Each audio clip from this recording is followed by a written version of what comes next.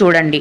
ముందుగా నిన్న అంటే జూన్ 14వ తేదీన తిరుమలలో స్వామివారిని మొత్తం 66,782 మంది భక్తులు దర్శించుకున్నారు.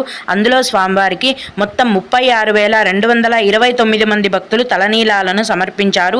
నిన్నటి రోజున తిరుమలలోని శ్రీవారి హుండీ యొక్క ఆదాయం అనేది 3,71,00,000 రూపాయలు. ఈరోజు కూడా ఎటువంటి దర్శనం టికెట్లు లేకుండా నేరుగా భక్తులను ఫ్రీ దర్శనానికి అనుమతిస్తున్నారండి. ఇలా టికెట్స్ లేకుండా నేరుగా వెళ్ళే ఫ్రీ దర్శనానికి మొత్తం 24 గంటల సమయం అనేది పడుతోంది. అంటే ఒక రోజు మొత్తం క్యూ లైన్లో వేచి ఉండాల్సి ఉంటుంది. అలాగే తిరుపతిలో ఇచ్చే సర్వ దర్శనం టికెట్లను తీసుకొని దర్శనానికి వెళ్ళే భక్తులకు దర్శనానికి 5 గంటల సమయం పడుతోంది. 300 రూపాయల దర్శనం టికెట్లు కలిగి ఉన్న భక్తులకు మరియు 500 రూపాయల దర్శనం టికెట్లను కలిగి ఉన్న భక్తులకు దర్శనానికి 4 గంటల సమయం అనేది పడుతోందండి. ఈరోజు కూడా చిన్నపిల్లల సుపదం ఇన్ఫాంట్ దర్శనం అనేది ఉందండి.